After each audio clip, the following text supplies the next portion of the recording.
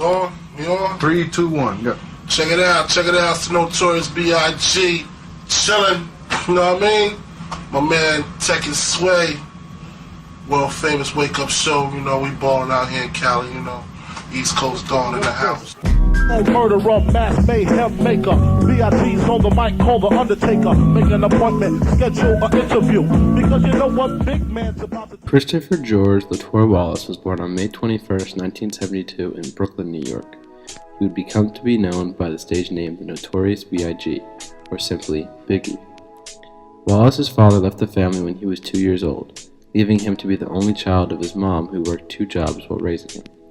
He excelled in middle school, winning several awards for his performance in English, and was also nicknamed Big at this time due to his size and overweight style. He says around this time, at age 12, was when he started selling drugs. His mom, who was usually at work, was unaware of this part of his life. I let my tape rock till my tape pop. Smoking weed and bamboo, sipping on private stock. Way back when I had the red and black lumberjack with the hat to match. Remember rapping Duke? The hard, you never thought that hip-hop would take it this far. Now I'm in the limelight cause I rhyme tight. Time to get paid, blow up like the world's trade. He transferred out of Bishop Laughlin Memorial High School to attend George Westinghouse Career and Technical Education High School, where other future rappers such as DMX, Jay-Z, and Busta Rhymes were also attending at the time. His mother says that it was around this time he started to develop an attitude, but continued to maintain his good grades. At 17, Wallace dropped out of high school and delved into the life of crime. Later that year, he was arrested on a weapons charge and sentenced to probation, and in the year after that was arrested on violation of his probation. The next year, he was arrested for dealing crack cocaine in North Carolina, spending 9 months in jail before he was bailed out. After being released from jail, he began his rap career, performing with local groups in New York and releasing a demo tape under the name Biggie Smalls, referencing his size of 6'3" and between 300 and 380 pounds. It was reportedly made with no serious intent, but was promoted by Mr. C, the renowned DJ who worked with Big Daddy Kane. In March 1992, Wallace was featured in the music magazine's Unsigned Talent column, made for young rappers, and made new songs riding this new success. He was noticed by producer Sean Combs, and signed quickly to Uptown Records, but Combs was soon fired from this label and went to start his own, called Bad Boy Records, in which Wallace followed him.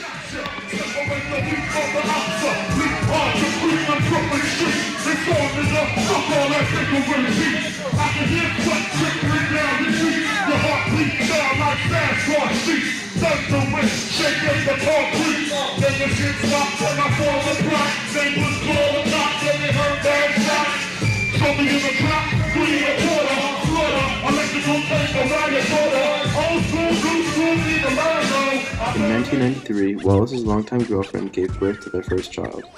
Wallace wanted his daughter to complete a high school education unlike he had and keep her off the streets. To do this, Wallace continued selling drugs to financially support his daughter. Combs soon discovered this and forced Wallace to quit.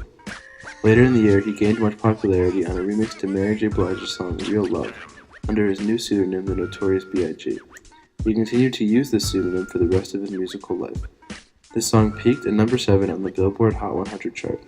He continued his success to a lesser extent with a variety of singles through the summer, working with artists such as LL Cool J and Busta Rhymes on a remix to Craig Mack's Flavor in Your Ear, which reached number 9, and reggae artists such as Supercat, as well as many features with Sean Combs. Niggas is mad, I get more butt than ashtrays. Fuck a fair one, I get mine the fast way. Ski mask way, and nigga ransom notes. Far from handsome, but damn a nigga tote much. More guns than roses, foes is shaking. In August 1994, Wallace married Faith Evans, an R&B singer. Soon after, Wallace had his first pop chart success as a solo artist, with the double-sided Juicy Unbelievable, reaching number 27 on the charts as the hyped-up single to his debut album. Ready to Die was released on September 13, 1994, and reached number 13 on the Billboard Top 200 chart, over time becoming certified 4 times platinum. This album, released at a time when rap was primarily West Coast, and from Rolling Stone, almost single-handedly shifted the focus back to East Coast rap. It received critical acclaim and in retrospect has received much praise. The album also had 2 hit singles, Big Papa and One More Chance with Faith Evans.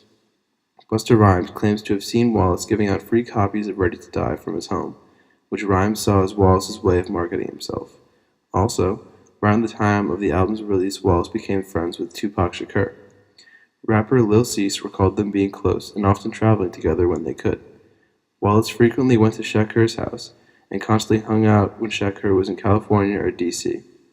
Some say Wallace's style evolved as a result of his companionship with Tupac.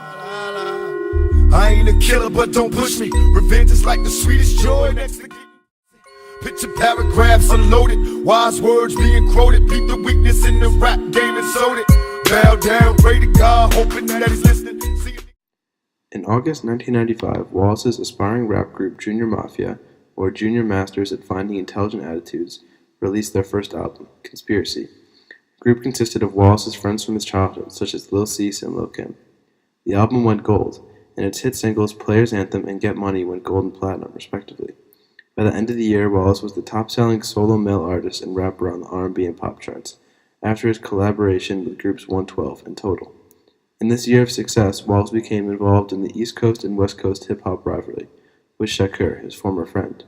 In an interview with Vibe magazine from Clinton Correctional Facility, Shakur accused Sean Combs, founder of Uptown Records, Andre Harrell, and Wallace of having inside and prior knowledge of the robbery that resulted in him being shot 5 times and losing thousands of dollars worth of jewelry. Wallace said, "It just happened to be coincidence that Shakur was in the studio. He couldn't really say who really had something to do with it at the time, so he just kind of leaned the blame on me." After his release from prison, Shakur signed to Death Row Records. This label and Bad Boy Records were now business rivals and in an intense conflict. Hey, fat boy. First off, touch your chick and the click you claim. West side, when we rock, come equipped with game. You claim to be a player, but I bust your wife. We bust on bad boys, brothers touch for life. Plus Buffy trying to see me weak, hearts I rip. Biggie Smalls and Junior Mafia, some mark-ass tricks.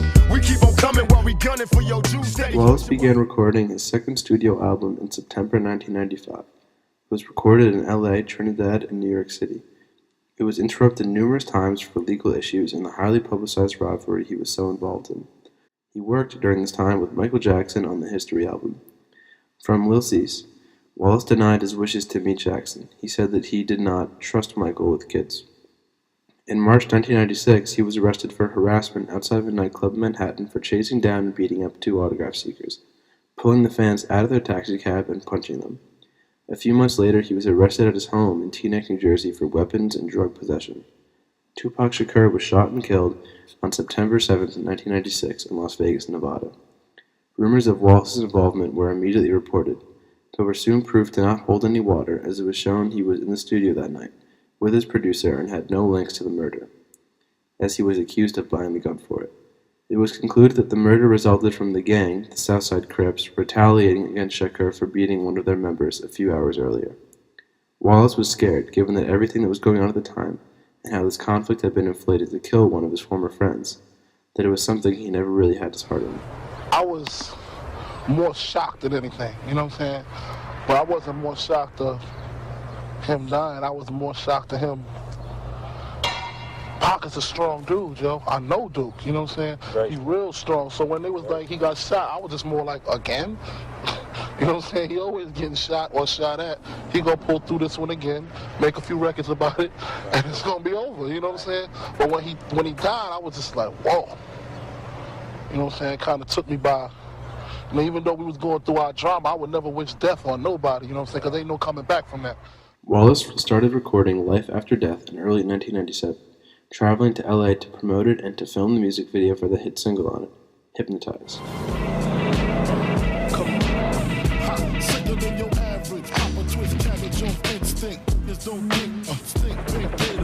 Detroit players, Tim's for my hooligans in Brooklyn. Dead right, if the head right, Biggie there. Under the plan, rolling in. Since days are under rules, never lose, never choose to. Bruce, who? Do something to us. He's scheduled to release the album on March 25th, 1997. On March 8th, Wallace went to an after-party hosted by Vibe magazine and Quest Records at the Peterson Automotive Museum. At the party were Aaliyah, Sean Combs, Faith Evans, and known members of the Bloods and Crips gangs. He left the event in the early morning, when the streets were still crowded with people leaving the event. The SUV he was in stopped at a red light about 50 yards from the museum. A dark-colored Chevrolet Impala SS pulled up next to them, and a black male dressed in a blue suit and a bow tie rolled down his window, drew a 9mm blue steel pistol, and fired at the SUV. He hit Wallace 4 times, and Wallace was rushed to the hospital but was pronounced dead at 1:15 a.m., March 9, 1997, approximately 6 months after Tupac Shakur was killed. Wallace's murder remains unsolved, and there are a huge amount of theories regarding the motives and identities of the murderers. Reports surfaced linking the shooting of Tupac Shakur and Wallace because of the Coast rivalry and the similarity of the drive-by shooting. But in 1997, LA Times authors reported the key suspect was a member of the Crips gang acting with a personal financial motive. Wallace's funeral was held on March 18, 1997 in Manhattan with 350 mourners in attendance, including Queen Latifah, Run DMC, Busta Rhymes, Flava Flav, and Lil' Kim. Life After Death was released 16 days after his death, and hit number 1 on the Billboard Top 200, featuring many rappers and producers. In 2000, it was certified diamond, the highest certification awarded at this time to a solo hip-hop album. Both singles, Mo Money, Mo Problems, and Hypnotize, reached number 1, making him the first artist to achieve this posthumously.